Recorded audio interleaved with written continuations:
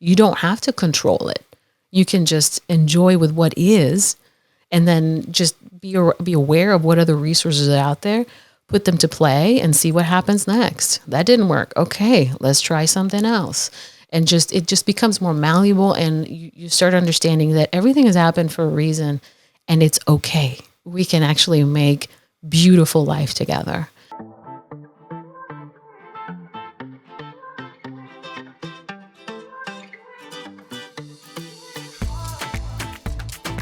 Hello and welcome back to the Tell Me Más podcast. Thank you so much for joining me again today.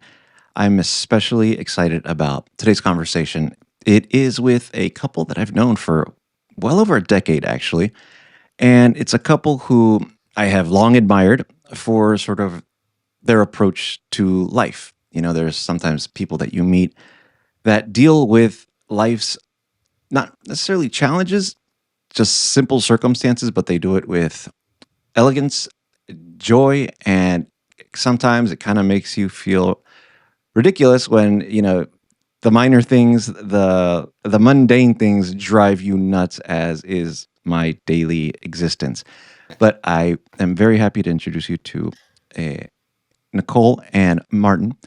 They are a couple that, again, has been married for 20 years. Nicole has been an educator for 16 years, teaching Spanish from the kindergarten all the way up through the college level. And Martin, he is a medical technology sales rep. And they have a beautiful family. They have two wonderful, handsome young boys who happen to be on the autism spectrum. And that is a topic that I have been wanting to talk about simply from my lens of actual ignorance. And they handle this situation, again, with such wisdom that I'd really love. I thought it'd be great to have a conversation with them to inform me a little bit more about what that actually is, and you know how one such as myself could potentially be more supportive in those situations. Guys, thank you so much for taking your time out of your busy lives to have this conversation. You are so welcome. Thank you for having us. Yeah, our pleasure. No, absolutely. So, hey, remind me, how old are the boys now? The boys are 14 and 12. 14 and 12. So their grades. We actually started Will a little early. Oh, sorry, a little late, and Stevie a little early. So their grades are off by a year, even though they are by birth about 27 months. So Will is in 8th grade, and Steven is in 7th. Will is in a very specific contained classroom for children with autism specifically. So he gets bused to a different middle school, but it's working out amazingly how that program has helped him for what he needs. For Steven, it's perfect that he's at where he is, because it's like it is a spectrum. So each child is going to be requiring different needs. Okay. And the school year, you know, just kicked off here. How's that gone? Smoothly? Yeah, so far. There's always a ramp up where they got to get used to it again. But it's been great. Yeah, we've been blessed with just a lot of resources. Yeah, in this small community of autism, it's a small community, but a lot of attention, since it's such a big unknown, that once you get plugged in, there's a lot of support. And so we've been lucky and fortunate where, with schools, we've found amazing teachers and support. So, yeah, every year is great. Oh, man. Yeah, I can't wait to learn about that. You know, one of the things that kind of inspired this topic that I wanted to talk about is the sense that a few years ago, I feel like I heard a lot more about autism. Perhaps it is because maybe my kids are now, 20 and 18, college, and now senior in high school. Maybe I was just more aware of it then, but I honestly feel like I don't hear about it very much in the media, or online. In fact, the only time I've heard about it over the last few years is when it's related to, potential vaccinations, theories or whatever. And that's a whole other discussion and topic that, I think we need 2 hours to discuss. Oh, absolutely. Interesting discussion, but definitely not for now. But am I right? Or is it just not as covered quite as much? Is that just It's me? tough from our perspective because it's a topic that comes up all the time because we're living in it. And so, Right. yeah, it's tough to understand, what other people who don't have someone, on the spectrum within their immediate sphere of what they're hearing.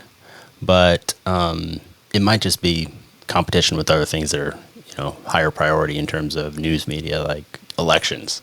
That's a Yeah. huge thing right now. Wars, that's a I'm huge so sick thing. of that. And so, yeah, all these little family, focused issues just get, pushed to the background. But yeah, Right. very, very prevalent in our lives, of course. Oh yeah, and to your point, I will say that every time that we talk about it, in terms of I'll tell people I have kids on the spectrum. They'll be like, "Oh my gosh, I have a niece or a nephew or my brother-in-law." It's somebody.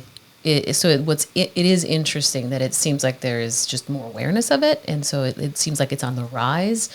I will say this: it once you start understanding what the symptoms are to the spectrum, you start seeing, oh, wait a minute, I think this has been around a little longer than we would like to, you know, point out. Because if you think about that person that had a tough time with noise when you were growing up, that didn't understand people's emotions with their faces. They didn't get, like, I was upset, because they just couldn't read your face. In their brain is just, they don't see it for some reason. You have to teach them, like, this face right here is an angry face. Mom is upset right now. And you kind of have to catch their, so think about all those people that you've met in your life that where you had to repeat yourself. And it just seems like there was like that, it was, what do you call it when you're on the computer? Buffering. Like there's this little, like, it's processing. It's happening. It's the thought's going to come back out.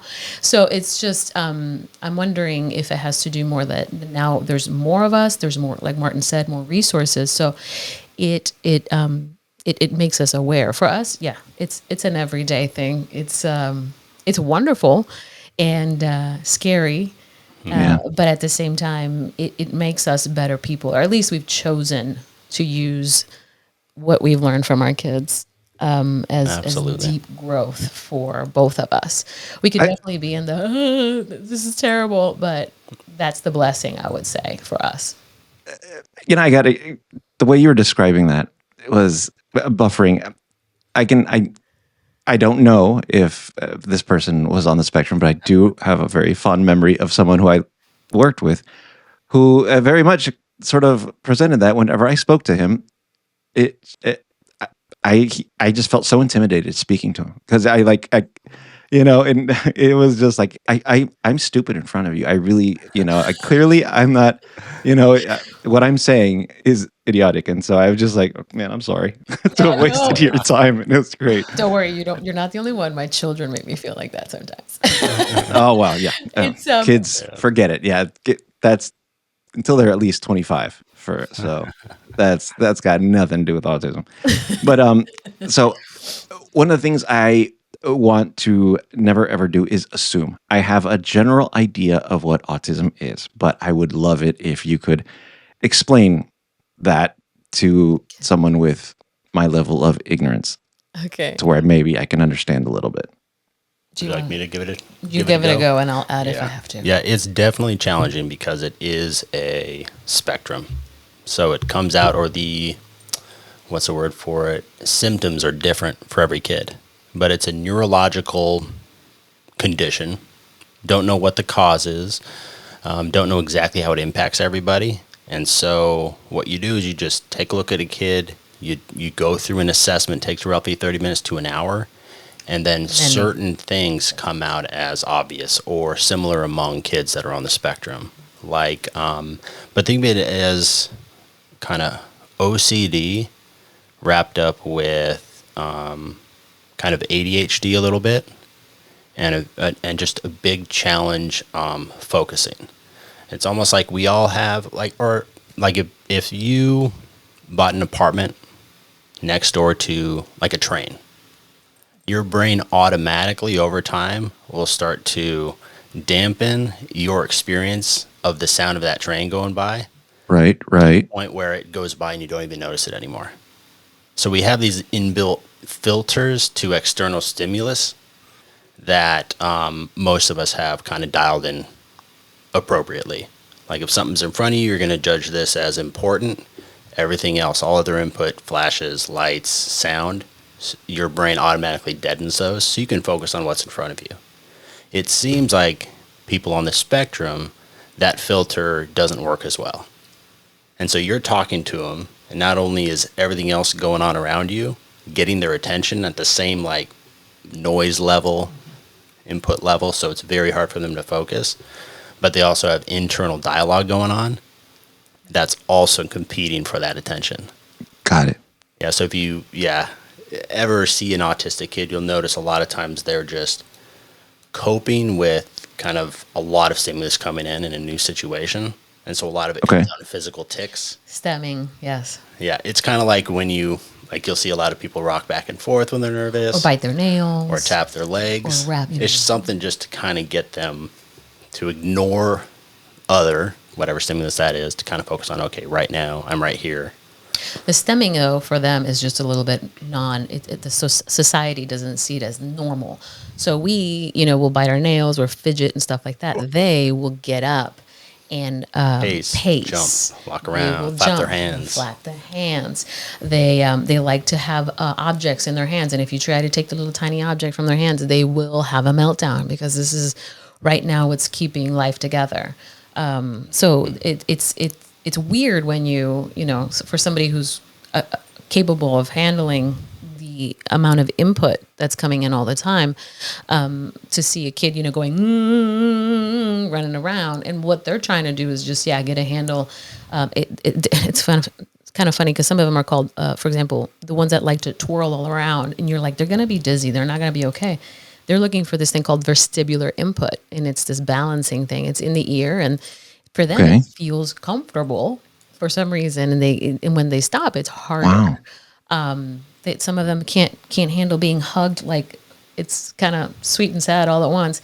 Will didn't like being hugged at the beginning, so he would kind of give you his back, and you would hug him over the back.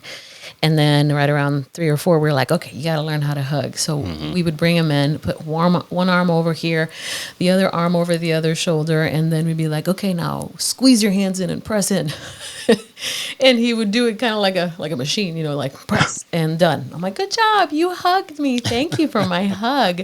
And it was just a constant, every time they do something right, lots of happy praise, because now they're like, okay, this is important. This is what I got to pay attention to. Got it. So it's perhaps hypersensitivity to some of the external stimuli and maybe not normal coping mechanisms for dealing with that stimulus. Right.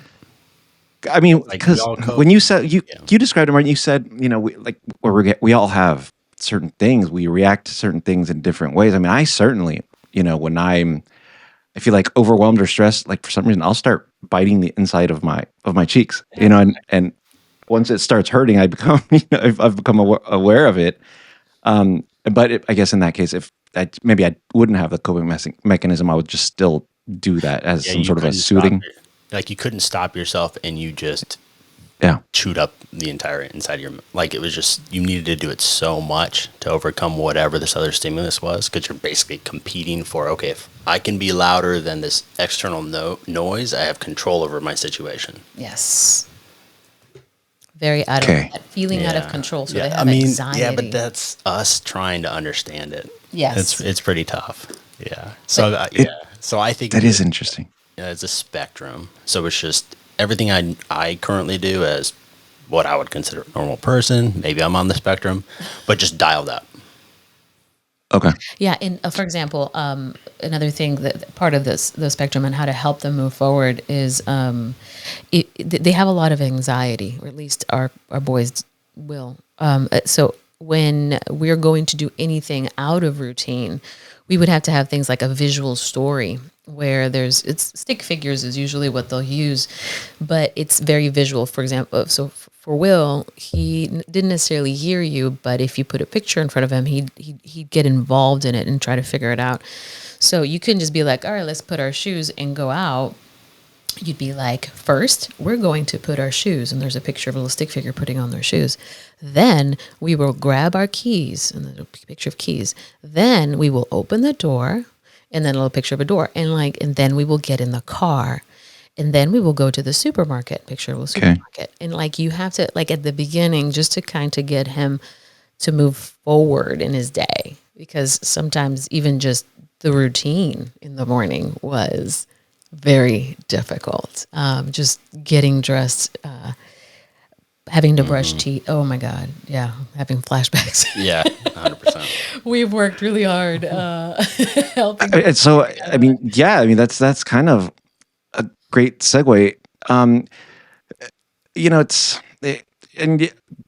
guess do understand it's a spectrum, because I guess it can manifest in so many different ways. I mean, even I believe Asperger's is part of the spectrum. Am I right? They have added it too in the, it's called the 5DS.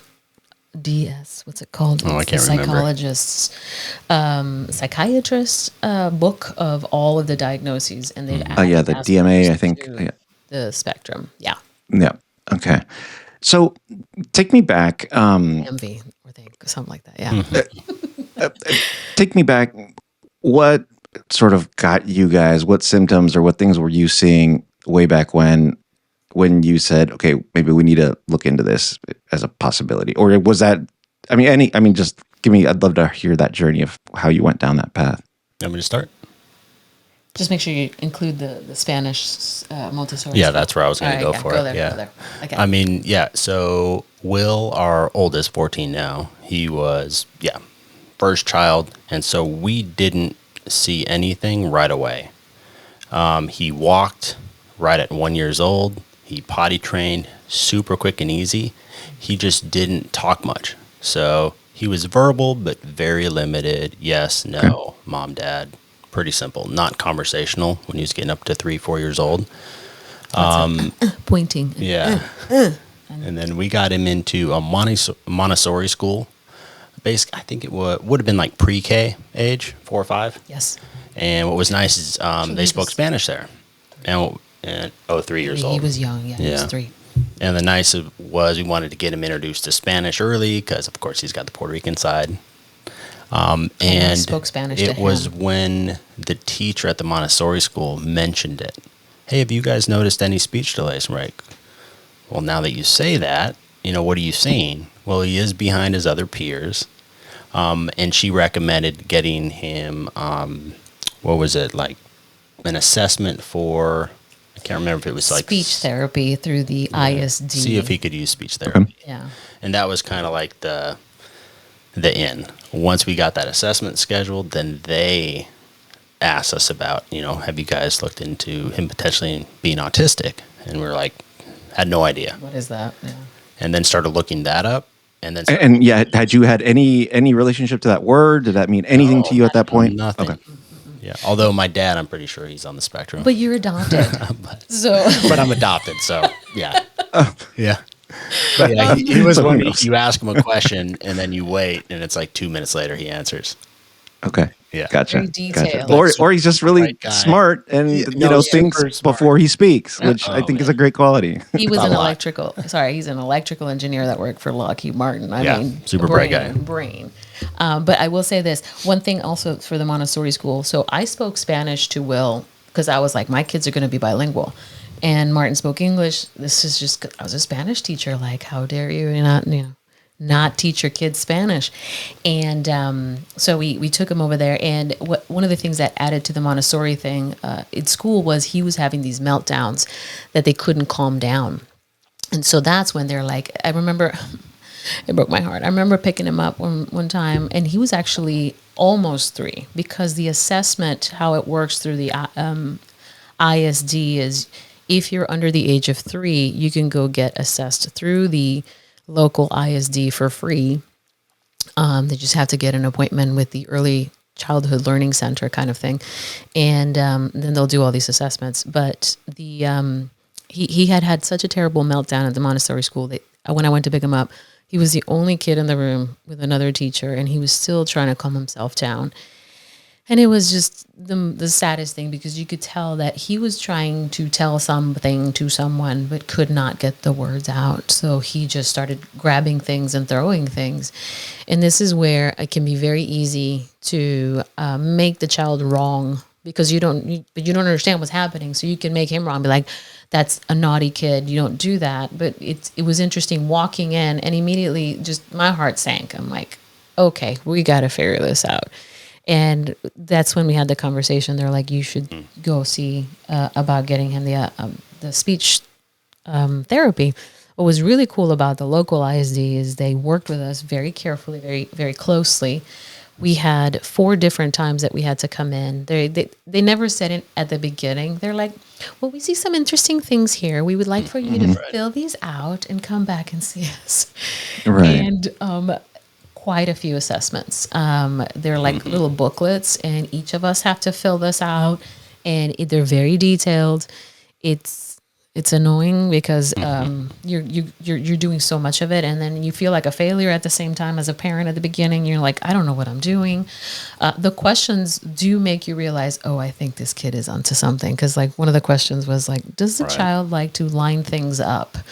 And yes, I would come home into the playroom and he would line little cars like down the whole room. And he was like, what kid does this?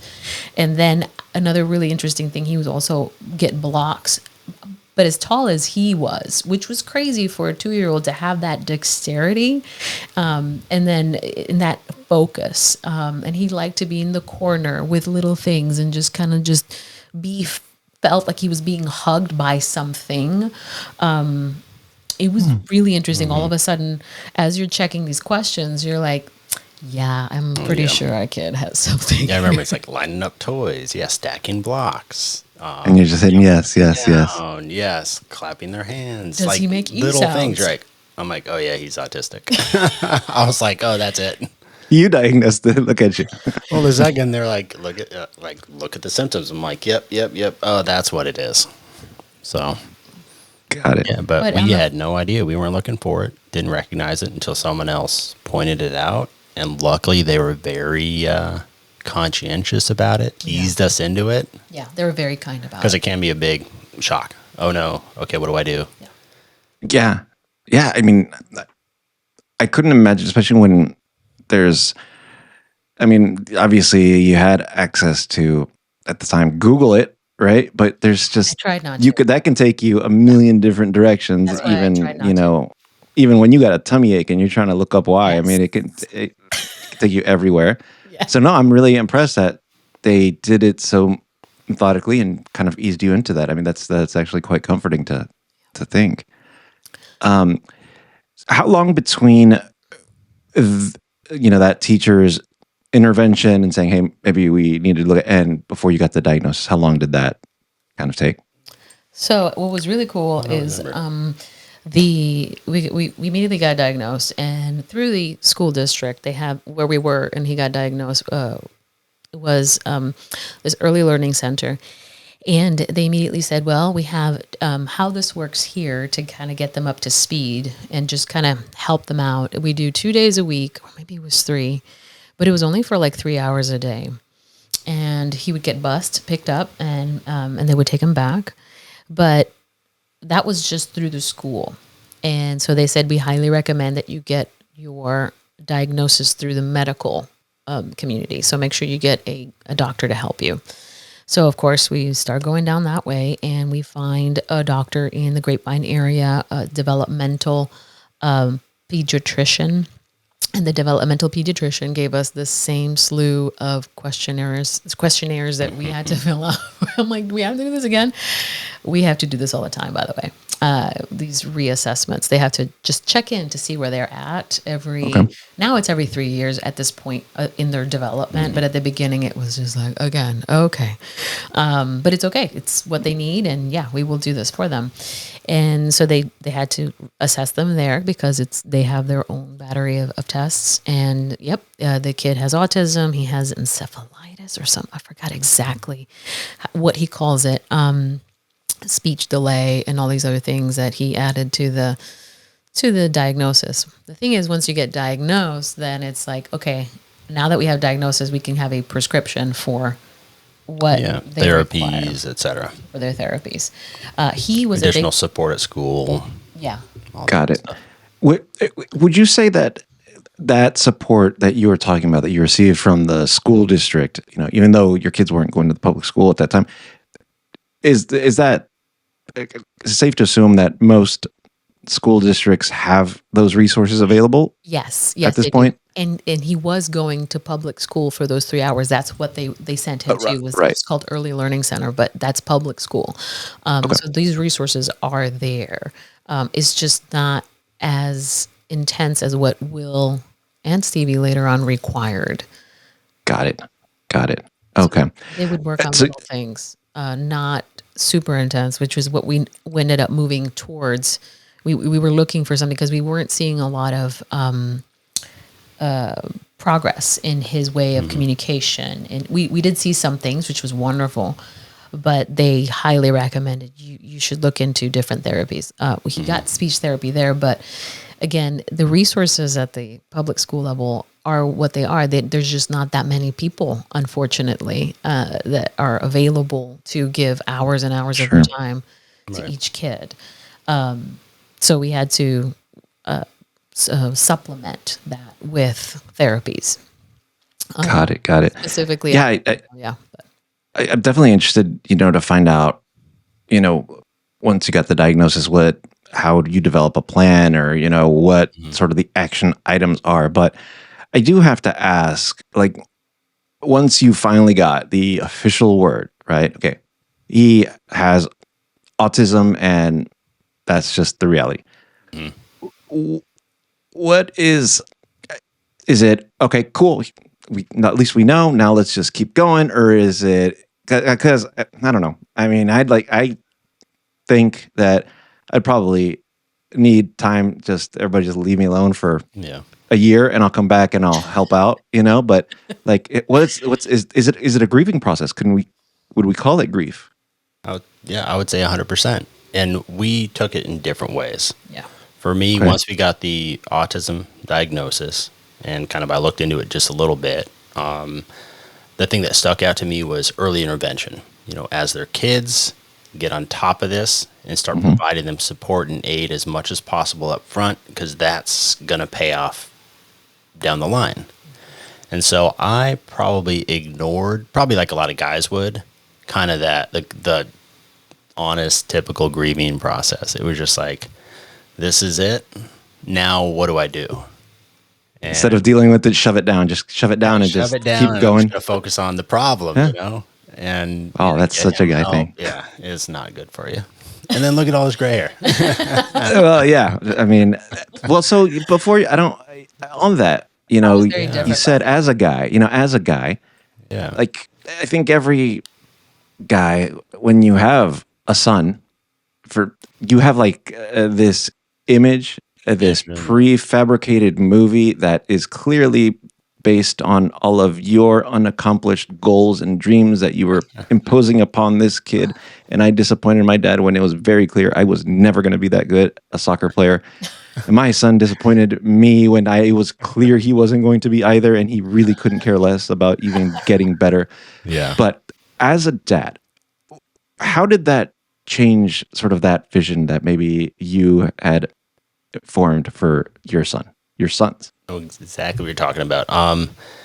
What's interesting, I think I just repressed all that so much, I didn't even have that thought until Nicole and I went to we got like invited to a whole bunch of resources. Like, here are support groups. Here is, how school districts will support, graduate from high school and getting into a job, and all these other things. So we went to like a support group class that was supported through the ISD, and that was Keller at the time.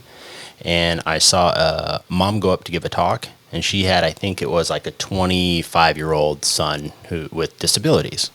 And she had talked about grieving when she started thinking about her time in high school, getting her driver's license, going out with friends, having a boyfriend, and all this other stuff, and sharing, her son was never going to have those experiences. And so for her, it was, and this is when it kind of came back to me. I'm like, oh yeah, he's he's not going to live life the way I was. And so I'm not going to be able to be there and kind of walk him through, okay, hey, this is how I handled this. This is how, keep an eye out for this, because he was going to have a completely different life. And I remember this mom sharing, but at the core of that was, I want to make sure that he's happy. And I go back and look at my life and think, if I would have done things differently, I would have been happier. So when he's going through life doing the same things I was, I'm going to help him have a better experience. But now you can't relate to what that life's going to look like for them. And so you're like, I don't know how I can make them happy now, because they're not going to experience life the same way. Yeah. And then she said, but my son loves comic books. I mean, it's the most joy ever. If a new Marvel movie comes out, he loves it. So he's probably living a happier life than me. And then that totally overwhelmed. I'm like, yeah, no, that's right. Like, I don't have to make a better Martin or a happier Martin. I just have to be a better dad for this kid, and then pay attention to figure out what is it that actually, motivates him, brings him happiness, fulfills him. And, I'm going to learn that along the way.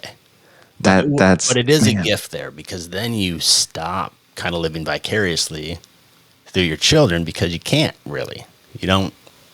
Yeah, it's completely different. Very freeing experience. I'm sorry. Maybe did I just hear you say freeing? Because yes, man. Because as a father, I think like you have this thing where it's like, you know what, this kid is not going to make the same mistakes I made, and I'm going to guide him on the right path, and I'm going to tell him exactly what not type of friend to have, and that girl, that's not the one you want to date.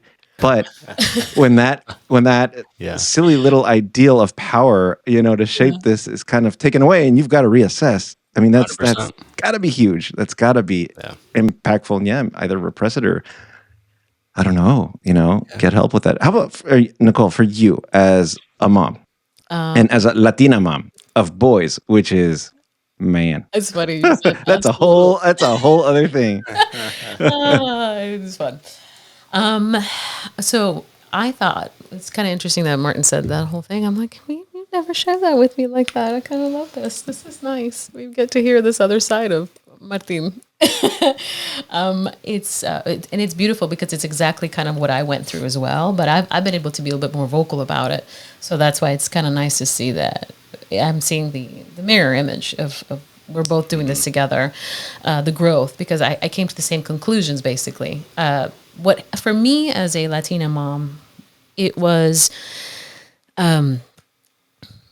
difficult, because I'm going to go back a little bit. So when Will was diagnosed and we went through the whole, okay, what are the therapies we need to get him? And we started getting him therapies. We started with this thing called ABA therapy, which was fantastic. It really helped us. A lot of people there's people on both sides of the fence.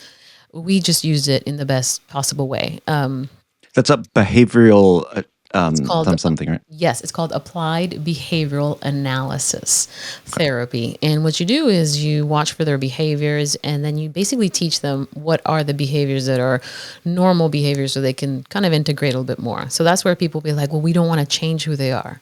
And I'm like, I'm not doing that. What we're doing is getting the behaviors that are inappropriate, like running around naked outside. It's just not appropriate. Who says? It's like, oh, yeah, they're free. It's good in their bedroom.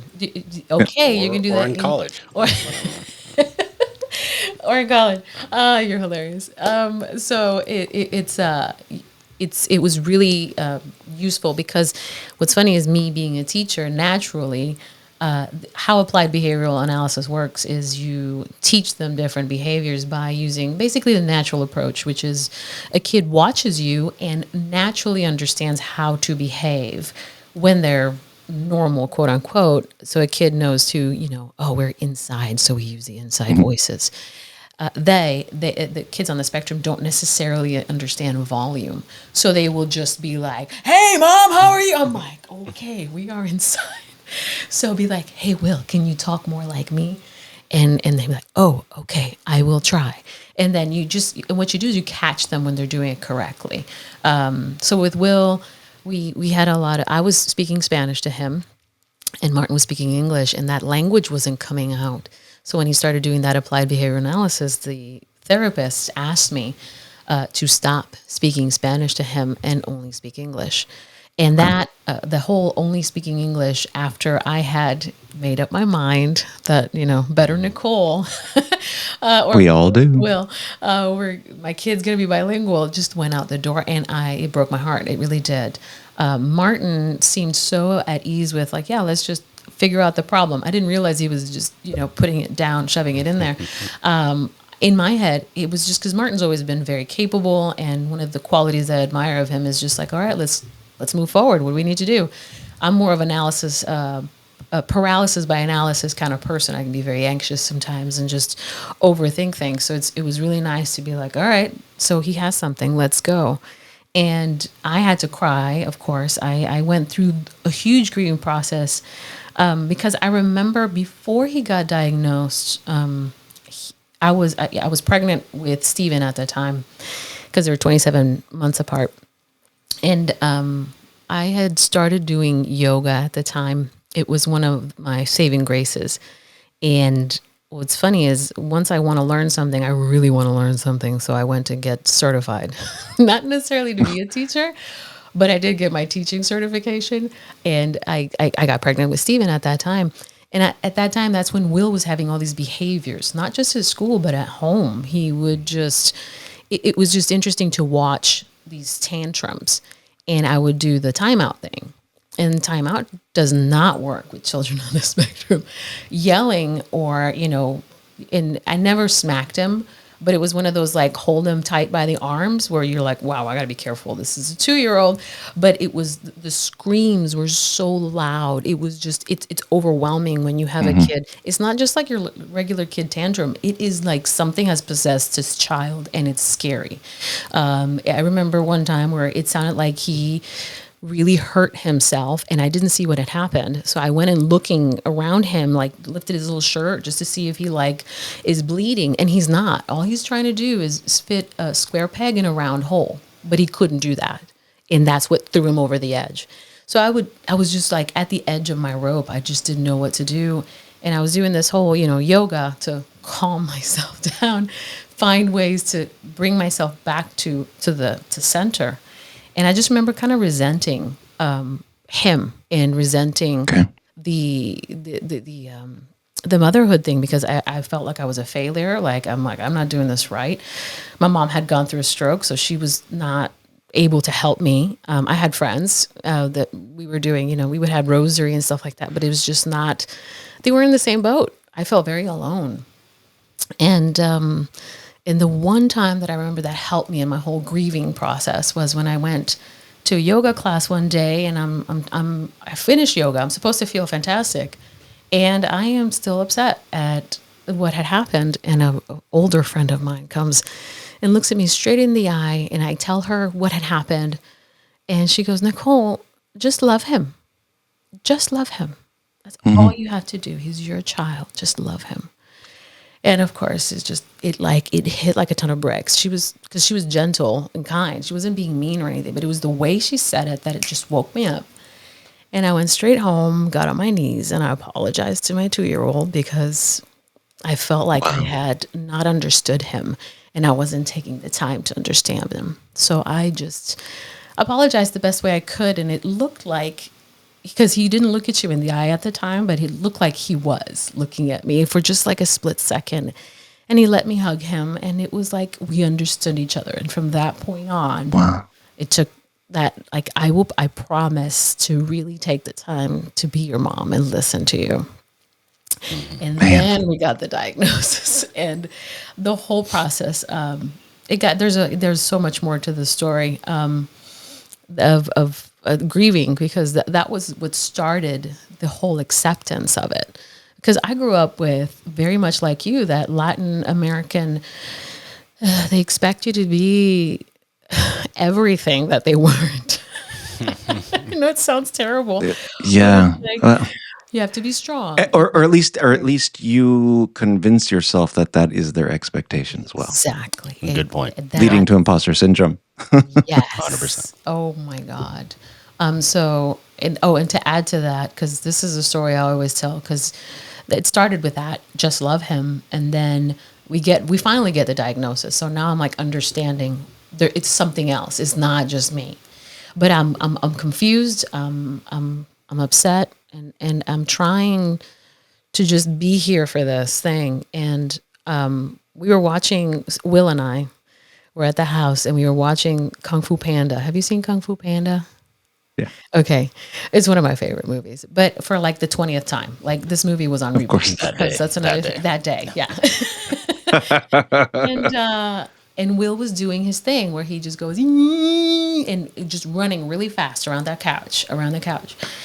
And I'm just kind of staring into nothing. And all of a sudden I catch a glimpse of the movie, and it's right in that part of the movie where Master Oogway is talking to Master Shifu. Master Shifu's running up to him. He's like, "Oh my gosh, I got bad news." And Master Oogway is like, "There are no such thing as good news or bad news. They're just news." And Master Shifu goes, "The bad guy, Tai Lung, has been released." He's like, "Oh, that is bad news." "If you do not believe in the Dragon Warrior." And he goes, "The panda. Yes, the panda. You will not you will not fulfill your destiny, neither the panda his, if you don't let go of the illusion of control." And that's when I kind of really stopped, and I was like, okay, I need to sit down. And I sat down by the ottoman, and I just started, just taking it in. And he goes, "Shifu, look at this tree. I may want to make it blossom before it's time, or I can't make it blossom before it's time, or bear fruit when I wanted to." He's like, "Yeah, but you can make the fruit fall." And I totally felt like Shifu. I'm like, "Yeah, but there's something else we can do. And you can, plant a seed wherever you want to." And he goes, "Yes, but you may want an apple or an orange, but you will get a peach. So, but a peach can't defeat Tai Lung." Well, maybe you can if you guide it, if you nurture it, if you believe in it. And it just hit like a ton of bricks. This kid is my peach. My Will was my peach. And I needed to make sure that I could be the best mom for Will so that I could ensure his joy. And I mean, he's going to create the joy he wants, but the best resources for him, regardless of what his life was going to look like. And from that point on, I started seeing, oh, we're all peaches. Like, we all have these needs, very distinct. It just applies to all of us. So from that point on, I have all the things peaches, because it just hit home, and I live life through that now. In fact, yeah, I sent you a picture of one of the talks that I gave, and like how it's become a central theme in my life for everything. And it's been amazing because it's, again, very freeing. You don't have to control it. You can just enjoy with what is, and then just be aware of what other resources are out there, put them to play, and see what happens next. That didn't work. Okay, let's try something else. And it just becomes more malleable, and you start understanding that everything has happened for a reason, and it's okay. We can actually make beautiful life together. So that's absolutely beautiful. And just hearing you guys talk about that, and that issue of control really brought me back years ago. My son, quite literally overnight, started developing these tics. I guess he was about 6 years old. Tics, facial tics, and then body tics. This happened in 48 hours, just pretty enormous tics throughout the day that just wouldn't stop. And he wasn't even really aware that he was doing it. Mm. Oh, no. And, we went to the doctors, and we're like, what the hell's going on, And they're like, "Oh, it's just childhood tics. Well, I'll grow it." And my ex-wife, she was like, "No, that's not a good enough answer. I need more." Thank God for that woman and her efforts, because she was not about to take no for an answer. And eventually she had to find the resources on her own, and found a doctor in New Jersey, of all places, that was treating kids with a syndrome that, because I bring it up also because we were also told what possibly Asperger's, could be autism. It was just thrown out there, and like a number of doctors, these words were just thrown out there. And I remember feeling, disappointingly, like I'm not made to like deal with this? You know, I kind of like had this sense like I wasn't programmed to, I'm good at 4 things in this entire life. This is not going to be one of them, you know? And, and it turns out, maybe you guys remember years ago, there was a girl who couldn't stop sneezing. She was just sneezing and sneezing and sneezing. Well, it turns out that my kids had maybe a strep infection because we took them to a lake once, and their pediatrician just said, that little rash that they have on their throat, it's strep, and just put an ointment on it and it's gone. But it turns out a lot of kids appear to have been developing these neurological issues post a strep infection that was not completely eradicated, right? So instead of just a pomadita or a cream, an antibiotic, they needed to get antibiotics like full. And that helped. I mean, enormously. And they were on continuous antibiotics for a very long time. Now, they're tiny little ticks. Most people wouldn't even notice. It comes up when, nervous, but it looks very typical. But the fact, I don't know, I guess maybe I just never heard anyone say, just give up this idea of control, and sort of adapt. And I mean, man, I think that would have helped a lot. But obviously it is tough. When you have an example of that, it's like holding on to the control and keeping, one foot in front of the other and researching and finding that doctor. I mean, it paid off. Yeah. Absolutely. So it's kind of a balance, I would say. It's always a balance because you still need to find the research. You still need to dig you still need to do research, period. Like, sure. We still need to find out. There has to be better ways of dealing with autism. But we are here right now. So what can I do with what I got? Which is what, your ex-wife did. She's like, okay, I'm not going to take that for an answer. We're going to keep going. But then you finally got it. And then you were able to be like, okay, he's fine. She's fine. They're going to be okay. And, you can move on and not have to have this thing, hold you up hostage for the rest of your life. Because that's the thing. You're not supposed to live like that. No. And I was ready to call it a priest. I mean, like, let's... Wow. This is. I was like, I know I watch a lot of stuff I probably shouldn't watch, and I read a lot of stuff. Maybe this is my fault, but look. So, there's one thing is okay. Your kids have got this thing. This is the diagnosis. We need to start working on how we let go and help shape their future best we can. You're still a couple, right? You guys met in college, am I right? Mm-hmm. Yes, 18. And 19. so, you're still a couple. Did you ever get to a point where, or did you plan, be like, you know what, we still need to make sure that we are taking care of ourselves individually or as a couple and give ourselves that space as a couple? How did you treat that? Or did you have maybe just have run into something that said, oh, we need to, look at this again and how we're doing that? I don't know how to explain that. I know. You're just a perfect couple who never fought and it was all great. Are you kidding me? I do think no matter we should go what, back to college. We would have met each other and gotten married. I think, I don't know. For some reason with me, I never had this, I need to find the right person. Because that wasn't in my mind. I was like, no, I'll get married once I get my shit together. Okay. But instead I met her and I'm like, we're not ready for this, but we're getting married anyway. And your shit's still not together. Oh, no, never. It never will be. But I've gotten used to that. But I remember this when we were getting married. We're, come from the Catholic tradition. And so it was all, okay, you're going to join and become one. And that didn't make sense to me. I was like, no, I mean, marriage is really, we're going to walk the same path side by side. And even the path could wander a little bit because she's going to have her own career. I'm going to have my own career. I'm going to serve kind of a different role for our kids that she will. And so in that sense, I kind of already knew that this was a big thing. We're going to kind of process this differently. And for me, I think it was just kind of like a pendulum. A lot of focus on the kid or the kids, their situation, focus on work. Okay, I got to get back over here, focus on Nicole. And so I think we, over time, figured out when the other needed more support so we could step in and kind of be that partner. And we just continued to do that. And then sometimes it was a fight that would get us back on that Yeah. on that path of Interestingly partnership. enough, yeah. But yeah, no, there were a lot of tough times because I went through like 4 layoffs almost in a row. We had the diagnoses. We got him into private therapy that was very expensive, wasn't covered by insurance.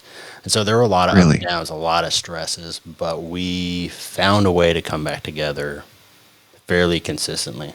And it's just gotten easier and easier over time. I'll tell you what, having kids on the spectrum or special needs, it's kind of a shortcut in maturity if you approach it in the appropriate way.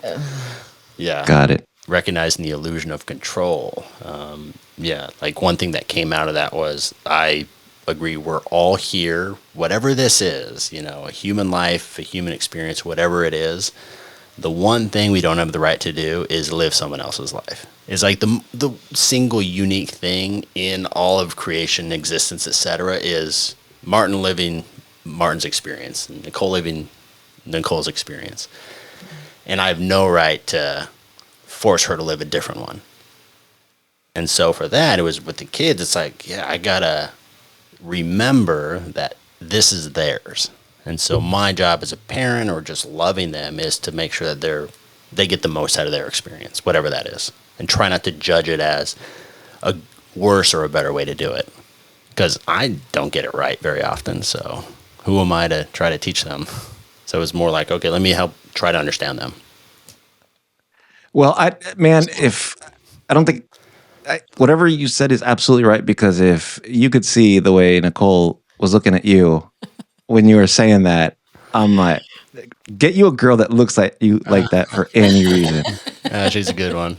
Nicole, how about you? But he's really good. Like it's one to be able to, because we fought like dogs and cats in college. It was the whole bicultural thing that we're talking about in your fantastic podcast. It's a real thing. The fact, but you're also Puerto Rican. I know, it's a lot. So it's a little bit worse. It's a little bit worse. She's like, Puerto Rico's the best. Puerto Ricans are the best. We are the best. I'm sorry. They are. And I've always said, if I reincarnate, I want to reincarnate as Puerto Rican. And then I visited, and I was like, okay, yeah, it's beautiful over here. And I was like, and they're incredibly talented. This little tiny island creating all these beautiful. They're just so damn happy. It drives me freaking nuts. I hate it. Right. It drives me nuts. Hurricanes needs to coming sink up. Or something. No, it will never sink. Well, you know what? We were probably Atlantis. We just kind of got it a little like shifted around. No, so with Martin, like, yeah, he had to. Well, what's cool is I remember meeting Martin and just being immediately, and I love it. Okay, so let me back up a little bit. All of our stories have this really cool God universe. It's happening whether you want to or not kind of thing. If you pay attention, I happened to be going to a party. Well, I was driving to go see some friends back in Louisville, and I was just going to go straight back to campus. And somebody called and said, hey, you need to stop by. It's funny because I happened to have a cell phone back in 99. Like, who does? It was a little brick kind of thing, and, like 10 cents a minute kind of. So it was a very quick, hey, you should stop by. So I was like, okay. So I was not drinking that night because I was driving. And so I stopped by, and it was a house party. And everybody was like already kind of somewhere else. And I was like, okay, well, I'll say hi for a little bit. And then a friend that I kind of, an acquaintance, because I didn't know this man yet, comes straight to me, and he goes, hey, what do you think? And please, I hope nobody takes offense to this. He has a certain personality, but he goes, what do you think of Beaner over there? I'm like, Beaner, who the hell are you talking like this? I'm sorry. And he was like, whatever. Like, he was just one of these personalities that is bombastic and a lot of fun. But this is my best friend from like birth. I've known him my entire life. So 20 years at that point, 19 years. So make sure you get that. Yeah, he's called me worse. Yes. But that's what's funny. But I didn't know who this person was. I was like, you use that language all the time? Oh, no. What I said was, well, he's cute, but I don't think he'd be interested in me. He's like, shut up. And then he walks away. And apparently he went to Martin and said, hey, what do you think of Puerto Rican over there? And he knew that I was dating somebody else previous semester. And he said, no, they broke up. And so he came over and started talking to me. Martin was the quietest being I had ever met in my life. He would let me talk and talk and talk and talk. And then I'd be like, hey, how's your day? He's like, fine. No joke. I'm like, I'm great. pulling teeth over here. And like the amount of talking you get now is completely different to back in the day. But when we would go out and party and drink a little bit, then I would see the other side of him. But he opened up slowly, and I respected him because he was very deep. Our conversations were just, they weren't, and I like deep conversation. I am not a superficial type. I mean, I'll do the chit chat and it's fun and everything. But if I'm going to connect with somebody, I'd rather have conversations like this. Like, let's see what you're about. And then I feel that connection. And Martin was really good at listening.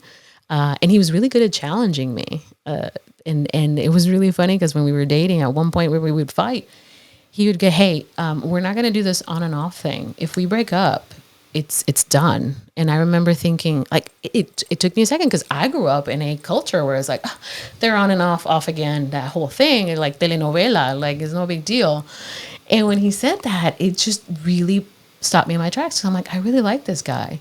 And I was one time close because we were fighting pretty good in college. And he came in, we had a good apology talk and the whole thing. But it made me, every time I got upset at him, it just made me think, I'm like, do I want to be away from this person? Or do I really want to work through this with this person? And it was just, every time the answer was like, I want to work this with him because I know he's a wonderful human being. I know he's a good guy. Yeah, he has his things just like I do. What things? All the things. Plenty of things. But I know I do as well. And you accept me for who I am. And to have that kind of love. And then we work at it too. I mean, every morning we have our little walk with our puppy and our dog. And it's because of the way he had framed that, like, if we ever break up, it's for good. And I'm like, okay. Because I'm also a daughter of divorce. Like both my parents, 3 times divorce. God bless him. All the divorces. And I know what it does to people. Divorce is rough. And to all of them, not just, I remember being the daughter of it, and it was just not pretty to watch. And so if that thought ever did come up, and we had talked about this, like, if we ever divorce, it would be because of a very good reason. We couldn't get past something. So all of this, and we talk about death, like, what's it going to be like when one of us is gone? I mean, it sounds morbid, but it's not supposed to be. It's just supposed to be very clear. Like, he telling me, like, you better be around for those kids. I'm like, of course I'm going to be around. I'm going to be a freaking mess. Like, probably be alone for the rest of my life, but that's fine. Whatever. But it's one of those things where it's very, we work at it. Every time we're upset, we give each other space. He gives me so much space and grace. He also steps up in a way that I wish other men would understand this, and other women would allow this as well, because you have to be humble. You have to allow that help to come in, because I think, unfortunately, part of like this whole career woman thing, it's like, I can do it by myself. I don't need your help. I'm going to show you how strong I am. And sometimes you're just not, and that's okay. That's the beauty of having someone with you.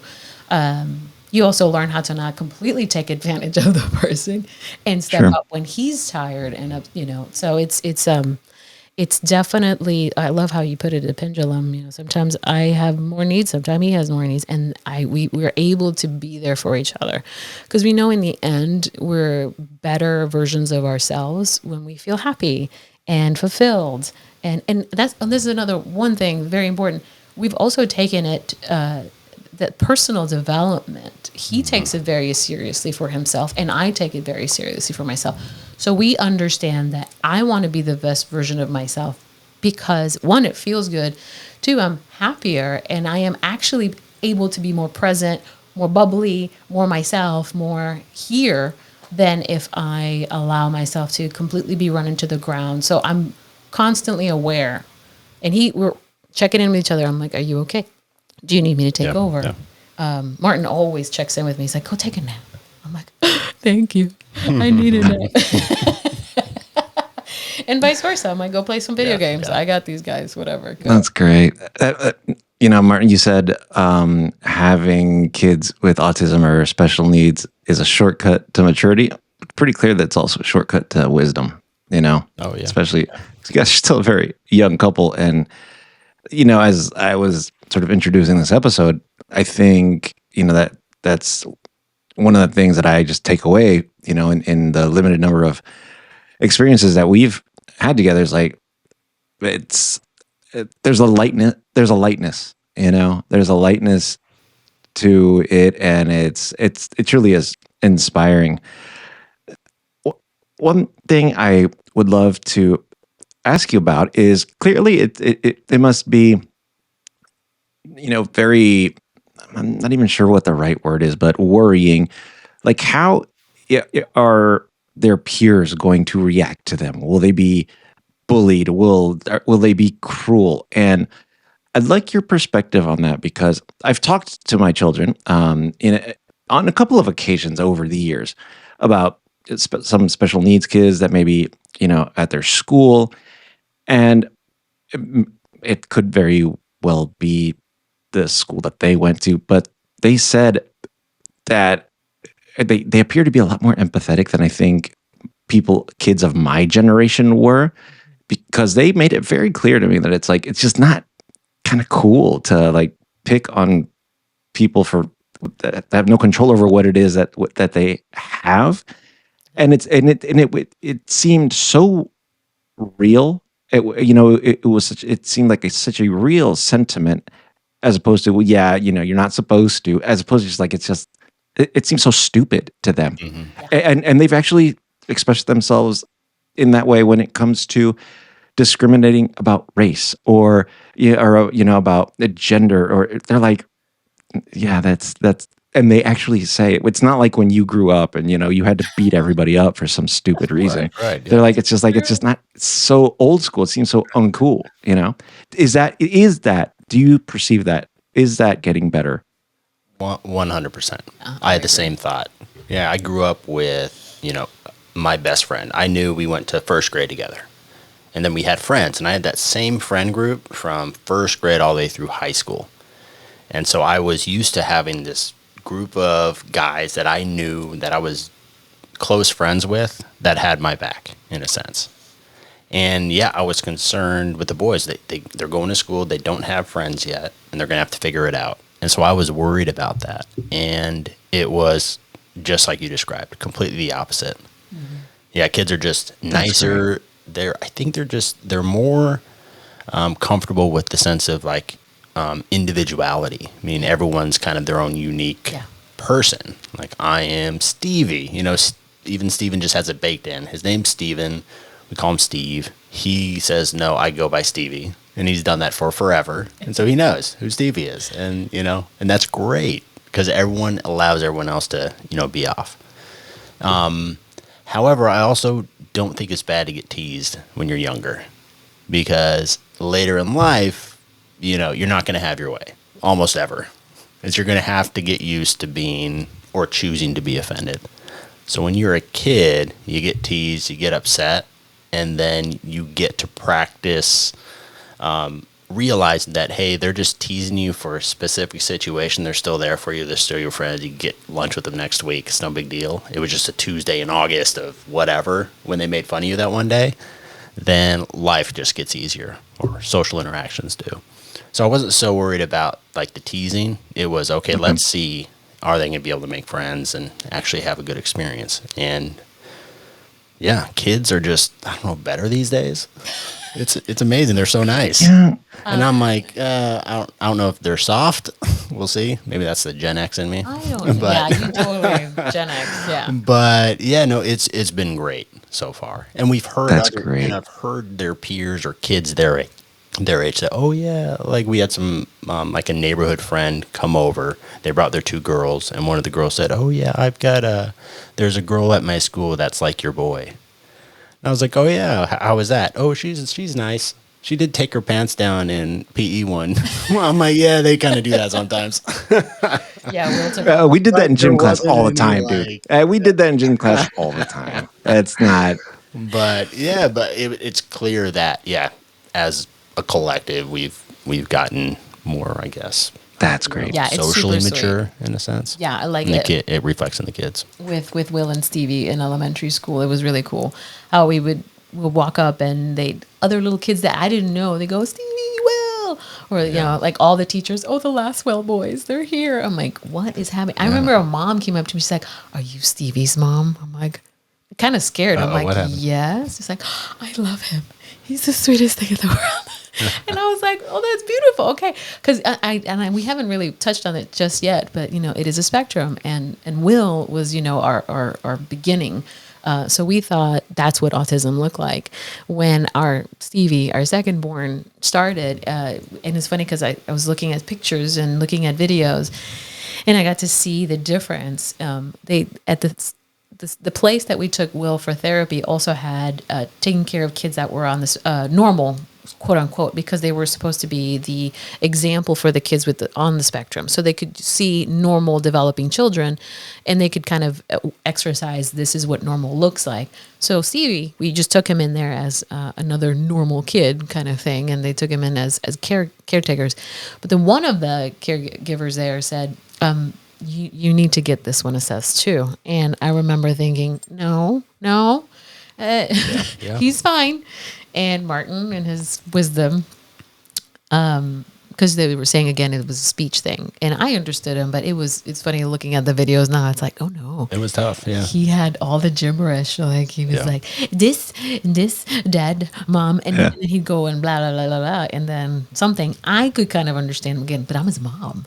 Right. And so they had us do the battery of stuff, and yeah, it turns out he's on it too, but at a different level, a different part of the spectrum. With Will, or with Stevie, we don't really talk about autism so much with Stevie because Martin, in his wisdom, was like, we just need to get him the help now, Nicole. It doesn't matter. Even though I was like, no, he doesn't need it. And he's like, what's the worst thing? He gets extra help. Yeah. So I was like, let's get the diagnosis. If he's got it, whatever, he's got it. And then we can get him into, speech therapy, ABA therapy, as we mentioned, applied behavioral analysis, and just get him those resources before he gets into first grade. And it'll be a head start. If he's normally developing, it'll just be extra support like tutoring.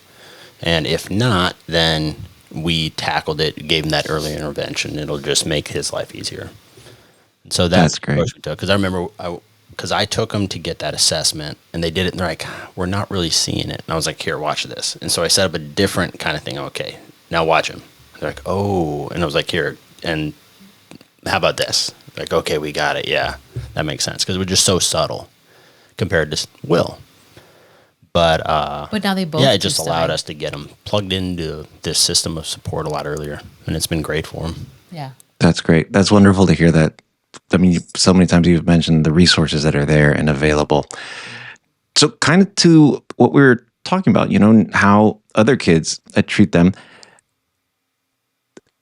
Talk to a family, let's say like myself, where you're coming over to our house for the first time. We haven't met your kids. We don't know what autism is. Tell me a couple things. How can I be sort of the best version of being welcoming? Like, what should I know? And obviously it would, it depends by kid, but overall, I mean, like how can I better support you in that? I think, so if you had like another family come over for the first time and they're telling you, our 14-year-old's autistic. Right. I would just ask them, okay, what can I do to be more accommodating? What should I expect? But try not to change kind of the social interaction much, because at the end of the day, autistic kids are going to have to live in kind of a normal world. Right. And so they're going to have to kind of raise to that occasion, or at least just adjust their approach to that occasion. And so that's how I treat our boys, because at some point I'm not going to be here. At some point they're going to be in a situation where I can't be in the room supporting them and, interpreting for somebody. So they're going to have that extra challenge. And so in a sense, just treat them like they're normal. If this is off limits, it's off limits. Be clear about it. Boundaries. Yeah. And really, talking to parents are going to kind of give you the biggest insight. Like when we go over to your house, I'm going to be like, all right, guys, if you see Will going up the stairs, let me know. He's going to want to go into a new house and just see everything and touch everything and just, And if you got a picture on the wall that's crooked, he's going to go up and fix it for you. Yeah. Like, yeah. That makes me feel better, because I wouldn't know if it's almost offensive to ask, and so I mean, that's great. again, this is where I mean, some people might take offense. Sure, but that's sure. kind of their fault. That's and that's the fun Got part. it, got it. It's you got to learn how to not be offended. Will would, he was just like a puppy, try to touch everything, look at everything. So I would be like, if you have guns in the house, make sure that they're nice and locked away, because he also has an obsession with anything that has to do with weaponry. Flags, they're very, geography, history. Somehow the kid knows about Sabina. Oh my gosh, that's how you say general in Chile, and in 1876. And he so it's interesting. Random, yeah. There's all this stuff that's awesome. happening in that brain. You just kind of have to look it up and kind of bring it forth. But yeah, so back to your question on making us feel welcome. It's huge, because what we're doing is training them. At school, when he goes to school, he gets regular classes. So he still has math, he has science, PE, history, which is his favorite, and art. It's also his favorite. And now he's taking Spanish. I have to tell you that story. But what's cool is during all that, he's the part of the process is to be in a regular classroom with the other kids. So he has a resource classroom, because Will is a little bit more severe, quote unquote, just different. He needs more one-on-one, basically. Mm-hmm. He goes to a regular classroom with someone else that's with him, while the regular teacher just gives the history class. And he just has all his schoolwork it's shortened, and then he has all these other extra accommodations. So like he could go text to speech or speech to text, vice versa, that he could use all these other calculator for math, but he knows how to calculate, that he can, apply it just like the rest of us do in the everyday. The point is that he is there with everybody else. The more you do that, the more that they can become more comfortable in their skin with everybody else, even though there's all these things going on. So yeah, you're doing awesome. Like, just have us over and we'd be happy to, as long as you can be okay with him touching your stuff, then we're good. I think the biggest thing is keep those limits, if it's socially unacceptable, I don't care what your diagnosis is. That's true. You don't do that. And sorry, that's you can cry, that's all right. Man, I know me, anyone with shaved head, he's gonna touch it. That's a new cool. And it's thing. like a nope. But that'll work. That's fine with me. I don't mind it at all. Yeah, but we're the amount of money I spend to do it right and to moisturize and exfoliate and make it beautiful, because I know it's really attractive. I know it. It's like one of the best. So he can't help it want to. He's welcome. Absolutely. I know I've taken so much time from you guys today, and this has been absolutely great. I do want to absolutely make sure that we tell people about the innerpeacebroker.com. Nicole, that is your website. Forgot about that. The innerpeacebroker.com. If you want to learn more, there you have some beautifully written blog posts there, that definitely provide a lot of insight. So I'll definitely be linking to that below. But the question I'd love to kind of end on today is, I'm a parent, and I have a feeling maybe that one of my kids, may be on the spectrum.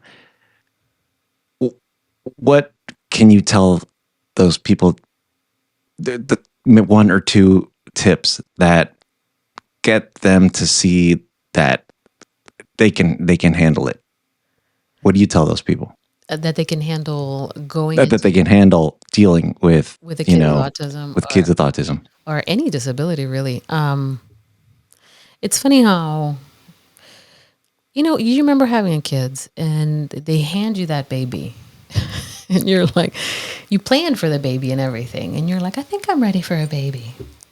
And then they give you that baby, you're like, oh shit, I was not ready for this baby. Yeah, I think it's the drive home. You put him in that car seat for the first time, and you're like, oh yeah, this is going to be different.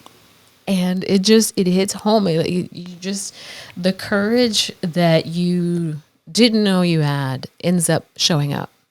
So if you're afraid that, like, okay, that we're going to go through this and it's going to be difficult, it's more, again, with Inner Peace Broker, my whole thing was, I can't give you inner peace, but I can guide you through that. Because the only person that can really create that inner peace is yourself. So it's really an internal work.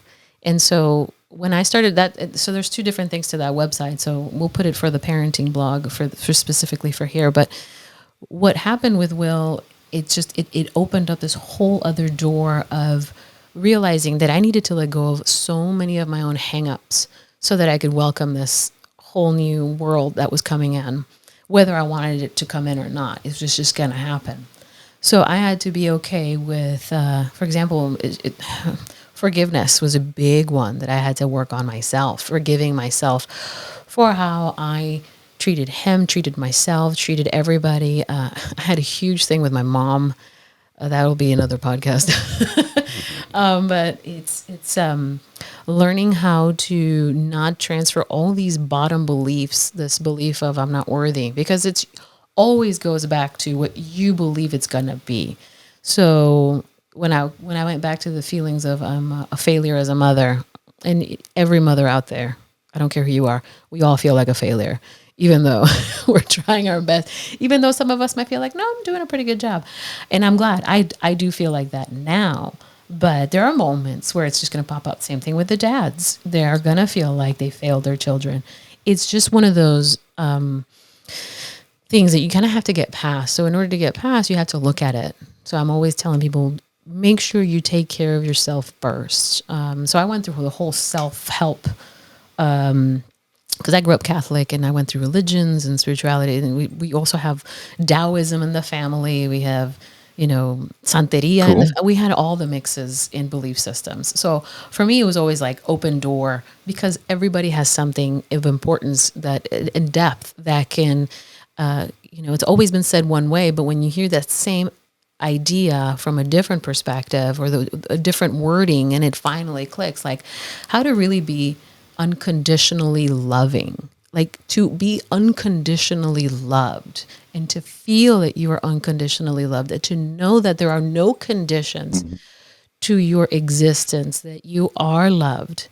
All of a sudden, everything else is just temporary. It's just experiences to live through. Easier. Yeah. It's just like, I just have to go to work and do these things. I am unconditionally loved. There's nothing wrong here. Everything is exactly the way it needs to be. That's a huge realization because I can tell it to you till I'm blue in the face, but if you can feel that inside, nothing can hold you back. All of a sudden you are exactly who you are. And that child that I'm afraid might have autism, okay, cool. There we go. Let's figure this out. It's not the end of the world. There's so many beautiful, it's funny because my sister sent me this morning on Instagram a reel of this person with Down syndrome, and they were doing some acting thing as if they were in Lord of the Rings, and it's funny, but he's acting seriously, and it's funny to see the comments of people being mean. But there's only 2 mean comments. This is back to are people being nicer, and he just. Roast them. The kid with Downs comments back. Your mama was telling me about this. Oh, that's great. He went there. Yeah. He totally went there. And then everybody else just losing their minds and totally supporting this person with Downs. So it was really interesting. It was only 2, not wise people that chose to say something mean. This guy's a legend and he has his own following and so this is a person with Downs creating a life of his own. So what can we do? It's like, don't be afraid to face your destiny. Be courageous. Know that it's going to be so much better on the other side. It's going to feel painful at times. Absolutely. Have I cried? Yes. Have I been broken? Yes, I have been brought down to my knees. But it's in those moments where you're like, okay, that was rock bottom. I'm good. We're still here. And I learned so much about myself. Like COVID, I think, brought a lot of us down to our knees. And what's amazing is, we're here. We're rebuilding, but it brought so much joy as well. So it's just being okay with suffering, being okay with difficulty, and knowing that you're always taken care of. And then that goes back to faith, goes back to trusting in something higher than yourself, that everything is exactly the way it needs to be. Love yourself more, love them more. Start taking all those conditions away, thinking that I'm too old to learn Spanish. That's the one I used to get all the time. I'll never learn how to play piano. I'm like, no, I'm going to learn. And I'm actually in school learning piano, taking ukulele, writing music, because why not? I'm here. I can still be a stay-at-home mom. Like, I stopped teaching at the university and I loved it. There was nothing wrong with it. It was just, I felt like my 12 years of service at that specific university was great, and I felt completion, and I was ready to move on to be here with my family, with my mom, now that we've taken her into. So now we have a living 68-year-old little lady. Little girl. Really, little girl. She was funny. Because she had a stroke. So that was a whole other level, is having a 68-year-old, like 12-year-old girl, because developmentally she's changed. Sure. All these things that from the outside could look like a lot, and they can be a lot, but because you're taking care of yourself, putting yourself first in the most loving way, not superficial, but truly looking at your darkness, at your lightness, everything that you are, and appreciating that, and loving yourself more, and choosing to change those things that are no longer serving you or the people around you, so you can be free from that. And get that lightness. It just makes it much better. Yeah, she's really good about that, about focusing on the inner work to be the best version of yourself, to best serve whatever's in front of you. And kids with autism, they're a lot to serve. And so she's been really good at it. But there's one thing I would add in terms of like advice I'd give to parents. If they're on the fence or not sure, you got to tear that Bandaid off. At the end of the day, there's just something that came up, and I thought about this and shared this with Nicole back right after the diagnosis. Was I just had this thought of, what if Will was born to a different set of parents that didn't care and didn't have the resources to help him? And I was like, okay, boom, I can fall back on that, going, I don't care how tough it gets. All I know is that kid is loved. I get to take care of him.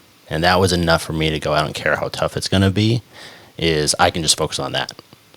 And so, it's a kid. It needs help. Little dude needs help. So serve that child. And, once you surrender to that fact that you're going to live a different life, it didn't play out the way you expected it to, then you'll see that there's an abundance of support and an incredibly powerful community on the other end of it.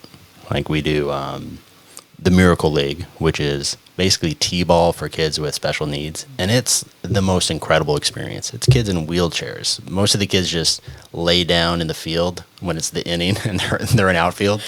And then they come in, but it's just parents connecting, talking about the challenges, some of the struggles. We were in the ER last night, and then inviting each other to birthday parties. And it's just this entire community that is just supported by this collective, okay, we're going to support these kids and we're going to love them no matter what. That's a way different place to be in and community to be part of versus maybe meeting up with your friends in their 30s who are like go-getters, are going to make a lot of money, and there's a lot of toxicity in it. It's like, okay, so we got a shortcut in terms of, okay, let's focus on what's important, which are the people in our lives, understanding ourselves, and just inviting love into interactions as much as possible. And how much fun they are. Because I got to say this, I had these concepts of like, for example, acting or sports or anything. They this is what I love about Will and Stevie. They break rules all the time. We're teaching them about rules and how important they are. But at the same time, they make us ask these questions like, why do we do that as a society? One of the, my brother-in-law and my sister, they both work as school psychologists, which is kind of cool because my sister got a PhD in school psychology. And my brother-in-law is licensed therapist as a school psychologist as well. And I'm assuming the boys were instrumental in that as well because they got to see it and develop it. And she was a huge resource for me, still is. But one of the kids that my brother-in-law worked with has autism, and he would ask, they would get in an elevator at doing a practice run, and they would not speak at that whisper level. It was like that full blown. I'm talking. And so my brother-in-law was like, you gotta speak quietly. And he was, but why? And I'm like, that is an excellent question. Why? Yep. And so everything is, it's, oh my gosh, there's so many things where I'm like, Will would show me with some behavior that wasn't necessarily acceptable, but at the same time, it's like, yeah, why do we do that? And then it shows up like we as a society have created these constructs, even in cultural constructs. Like in our Latin American community, we say hi with a kiss, and you better say hi and give a hug or you're in trouble. Martin, everybody in the damn room. And like, here's Will, who doesn't do that, and it's okay to give him space. Like my sister's like, you can't be making a kid do that. You can't make him hug. I'm like, okay, so we taught him how to hug, but I make him hug.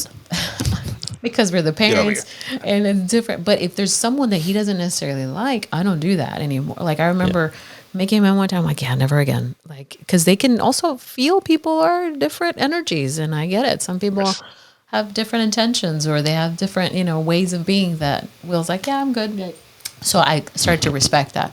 But it was just wonderful to have that. Just he breaks those barriers every day. Both of them do, teaching me about what life should be like. Stevie is a big old asking all the time about, like, now he wants to create a business, and he thinks maybe or gaming, create a video game, and he has all these questions about all these characters in his head already. I'm like, the kid could create characters and that could be his job. Like, we just gotta be careful. Like, it doesn't have to be college; it can be something else, and it can be amazing. So yeah. Anyway, we could go on and on. Man, guys, I honestly thought this was going to be a conversation about autism. I think what, to me, I'm walking away with is it's a conversation about an approach to life. Seriously, that's nothing but admiration for your perspective, your attitude, and taking that shortcut to wisdom and sharing that, with such transparency and vulnerability. I can't thank you enough for doing it, because it fulfills exactly what I had hoped that this podcast would be about, is like true conversations about how other human beings are just living life and making it great. And you guys make it look great, and you make it look beautiful. So I congratulate you. Thank you guys so much. You're welcome. Thank you. Yeah, this was a great format. Yeah. Love the approach. So much fun. Thank you for having us. Thanks, guys. All right. Take care. Bye. All right. Bye.